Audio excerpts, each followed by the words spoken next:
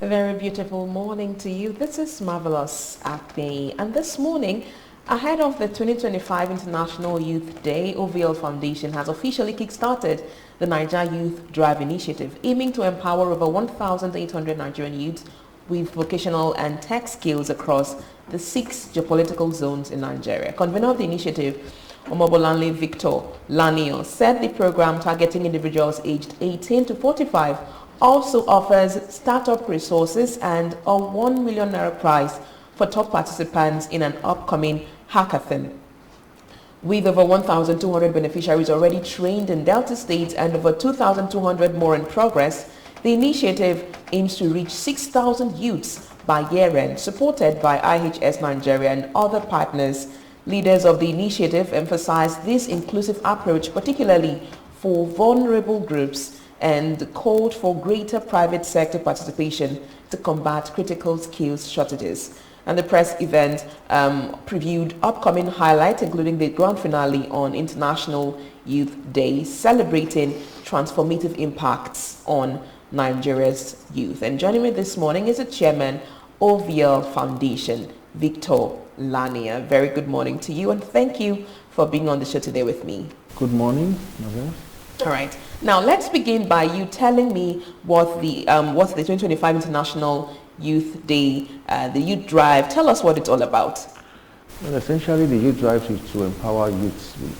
As we are all aware, the youth make a significant proportion of the population of Nigeria, and they are the present and also the future. So basically, this is just a program that is essential to empower them, to upskill them, and also prepare them to be future ready for opportunities that may come up in the job market of the future and also the present.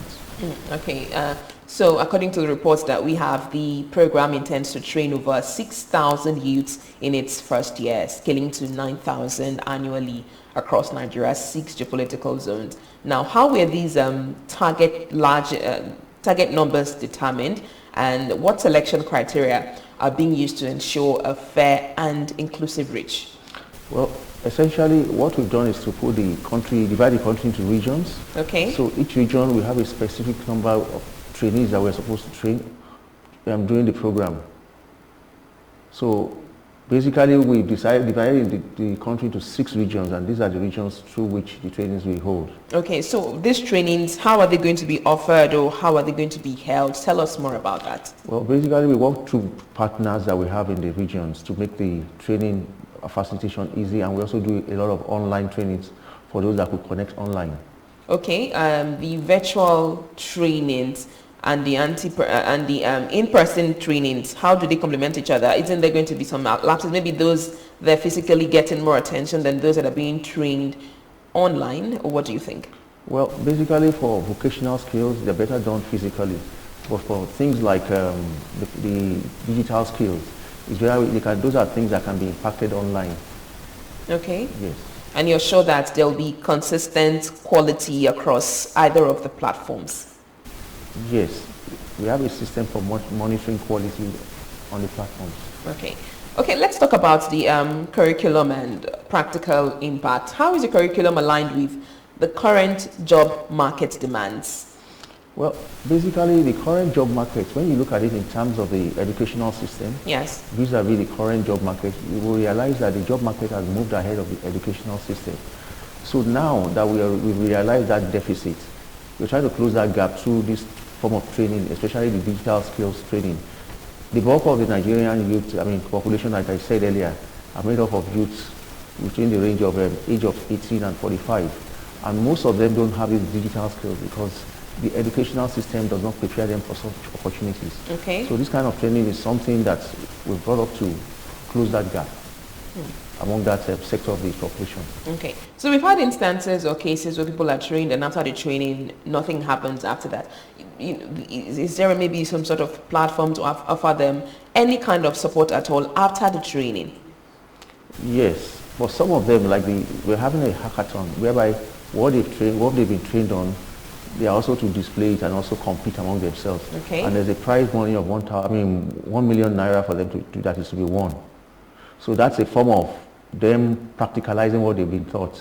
And another way of doing that is also for the the trainees to look for opportunities in the economy where they can display these skills, because industries need these skills that they are being trained on. Yes. Not only locally but also globally. Yes, and then while they have these skills, there should also be a measure to make sure that the trainee's success, that it turns into income and of course employment. I mean, it's not enough to just have these skills. What if you have the skills and you're not making money out of it? So is there maybe any means of maybe connecting them to people who need their services or something like that? Well, basically, there are platforms all over the world that when you have these skills, you Yes. can always advertise those skills on the platform. Okay. But I think essentially what they need to do is to improve on themselves. The training is basically a foundation which the trainees can now build on.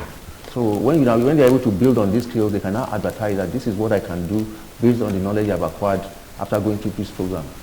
So based on that, they can now pitch for opportunities in the economy, both locally and globally. Okay, so the initiative is designed for people aged 18 to 45 with specific provisions for women, widows, single mothers, and persons with disabilities. What intentional strategies are in place to ensure these groups are effectively reached and supported throughout the program? Well, basically, OBL Foundation was set up to empower this focus group. Okay. Women, children, and youth. And these people are economically significant to the society. So we've had programs in the past, in years gone by, where these people were the focus of our training, vocational training. But now we realize that we need to also move away from just vocational training, because the world is also moving digital. Yes. So we can't stick to analog knowledge and other things. A lot of people that also attend that training, we also make them realize that yes, you've attended the vocational training, but you need to also have a positioning online. So those are opportunities we look at, that yes, you've acquired this training, we need to also teach you the business of the training you've acquired. A lot of people train themselves through these programs, but they don't understand the business of those trainings. For example, someone that did a vocational training still has maybe a bank account in his or her name. Yes. These are things that we tell them that is not right. They need to separate their business account from their personal account. And I think doing little steps such as this goes a long way in improving their businesses.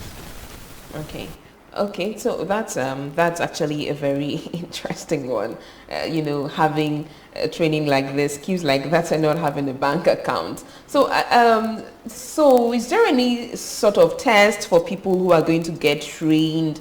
We can all agree that yes, even though the world is presently demanding these skills, tech skills, and all of that, not everyone might be capable of handling it. So is there some sort of test or any pre-test to see if these persons are capable of undergoing trainings like that? Well, basically for the focus groups, their area of interest is digital, and they are in the middle of pre-screening steps prior to them undergoing such trainings. Okay. Yes. All right. So how will this event be structured to encourage meaningful innovation? You just talked about the 1 million naira prize for innovative community-focused solutions, and at the end of the day, the person walks away with 1 million naira. And is there any sort of follow-up to monitor how they turn out at the end of the day? Well, we have a department called monitoring and evaluation. Okay. Apart from evaluating what we've done, the success of the program, we also have that system of monitoring how effective the program has impacted the society as a whole, both in the short term and also in the long term. And these are the things we also build up for subsequent program in the future. Okay. All right. Before I let you off and I bring on the communication strategist, let's talk about partnership and sustainability. Who are the partners that are involved? Well, we have the primary partners, IHS Nigeria Limited, and also some other secondary partners for the program. Okay. So what roles are each partner or organizations playing, and how is sustainability and potential scaling ensured beyond the initial years of the program? Well, basically, we're looking at funding. We need to finance it, one. Then secondly, we look at the spread. It's going to be something that people are aware of. Yes. Create that visibility both online and also offline. And also we ensure that our partners in these communities are qualified to handle such trainings. All right.